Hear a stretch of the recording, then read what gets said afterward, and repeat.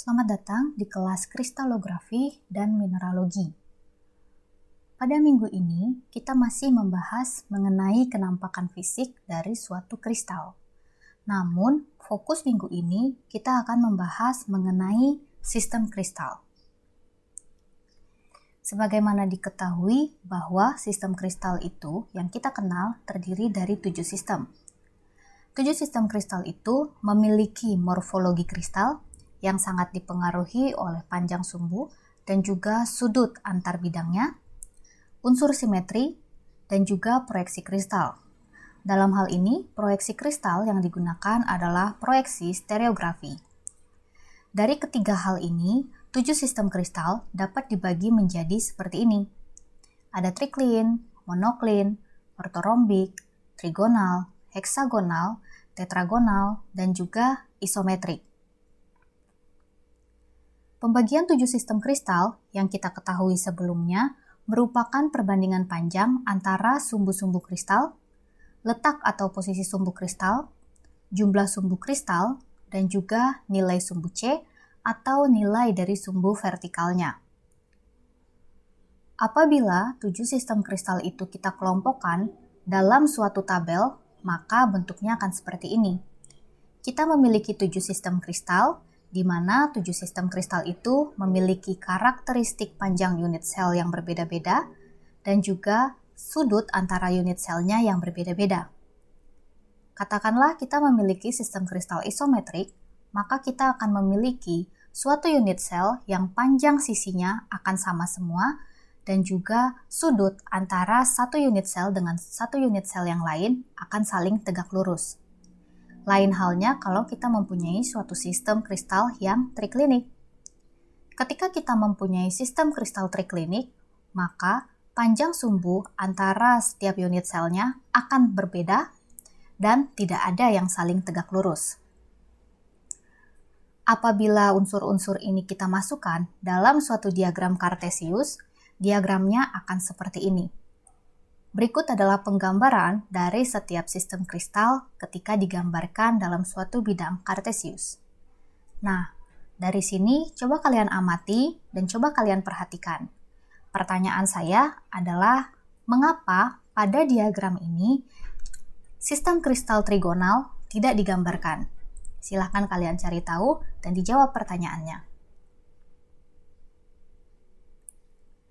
7 sistem kristal yang kita kenal, yang memiliki unsur sumbu panjang dan juga sudut yang berbeda-beda, dapat diklasifikasikan lagi menjadi 32 kelas kristal. Nah, 32 kelas kristal ini, dia merupakan hasil dari perulangan unsur-unsur simetri yang sudah kita pelajari di minggu lalu, yaitu zona, sumbu zona, pusat simetri, bidang simetri, dan juga sumbu simetri. 32 kelas kristal ini secara garis besar dapat kita bagi menjadi kelas monoaksial dan juga kelas poliaksial. Kelas monoaksial didefinisikan sebagai suatu kelas yang hanya memiliki satu sumbu putar saja. Entah itu dia hanya memiliki satu sumbu putar 1 atau satu sumbu putar 2 dan seterusnya. Sedangkan untuk kelas poliaksial, kelas itu memiliki lebih dari satu unsur simetri. Dan unsur simetrinya ini merupakan gabungan dari beberapa sumbu putar ataupun beberapa kombinasi dari unsur simetri yang saling berhimpit. Dia bisa memiliki sumbu putar, bidang cermin, ataupun inversi. 32 kelas kristal dari 7 sistem kristal dapat dibagi seperti ini.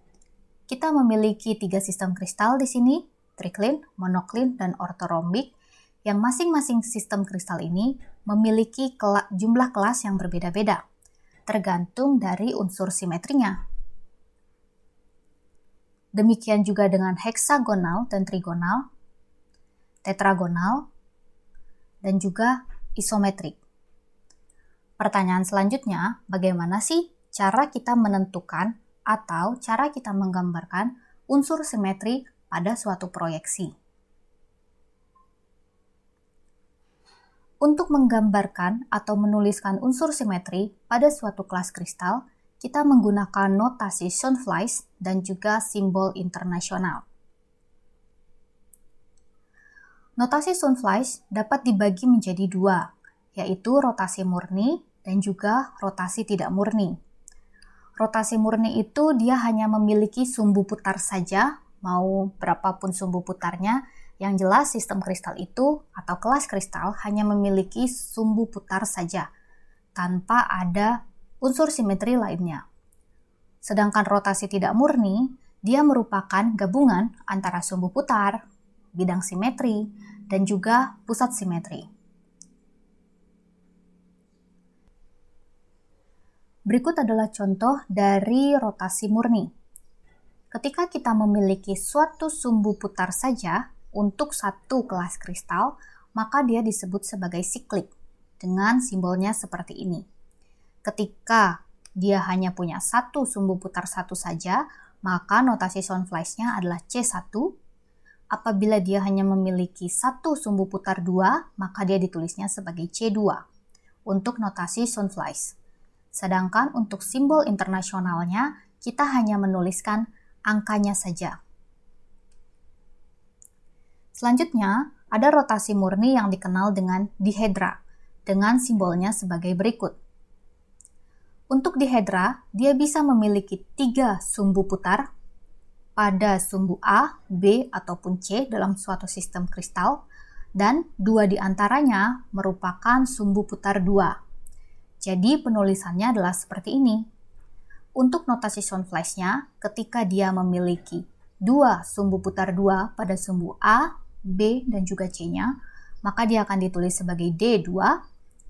Ketika dia memiliki 1 sumbu putar 3 dan sisanya adalah sumbu putar 2, maka notasi Schonflies-nya ditulisnya sebagai D3, dan seterusnya. Untuk satuan internasionalnya, yang kita lihat dan yang dituliskan adalah seperti ini.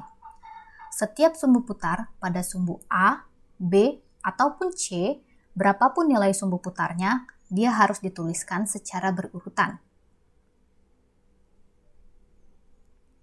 Selanjutnya adalah rotasi murni oktahedral, atau yang dikenal dan disimbolkan dengan O.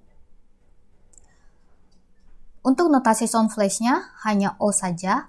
Nah, untuk rotasi murni yang oktahedral, dia merupakan satu set sumbu lipat yang membentuk kubus. Sehingga untuk nilai atau simbol internasional yang kita gunakan adalah 4, 3, dan juga 2. Kalau kalian ingat bahwa kubus memiliki sumbu putar 4, memiliki sumbu putar 3, dan juga memiliki sumbu putar 2. Untuk tetrahedral, pada sistem rotasi murni, dia disimbolkan dengan T, sama halnya dengan oktahedral, namun untuk tetrahedral, dia merupakan satu set sumbu lipat yang membentuk sistem kristal tetrahedral.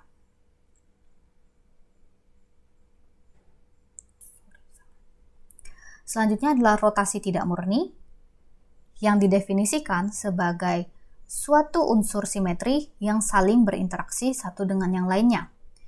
Dia memiliki sumbu simetri, dia memiliki bidang simetri, dan juga dia memiliki pusat simetri. Untuk rotasi tidak murninya, ada beberapa hal, yaitu sumbu rotasi yang mengandung inversi, sumbu rotasi yang memiliki rotoinversi, sumbu rotasi utama yang sejajar dengan bidang cermin, dan sumbu rotasi utama yang tegak lurus terhadap bidang cermin. Jadi tidak hanya ada satu unsur simetri, tapi juga 2 ataupun 3.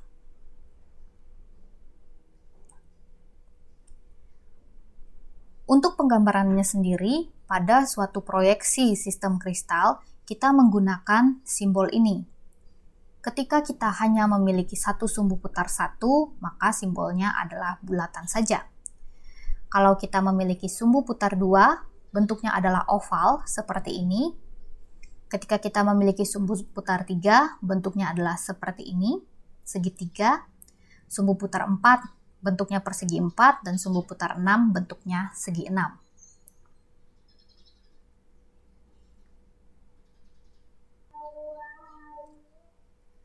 Untuk pemahaman lebih lanjut, mengapa hal itu bisa terjadi dan lain sebagainya, bagaimana caranya kita membuat suatu proyeksi kristal, apa yang harus dilakukan, dan lain sebagainya, akan dijelaskan dalam praktikum kristalografi selanjutnya. Terima kasih untuk partisipasinya dan terima kasih telah hadir untuk melihat video kali ini. Semoga materi kali ini dapat bermanfaat bagi kita semua.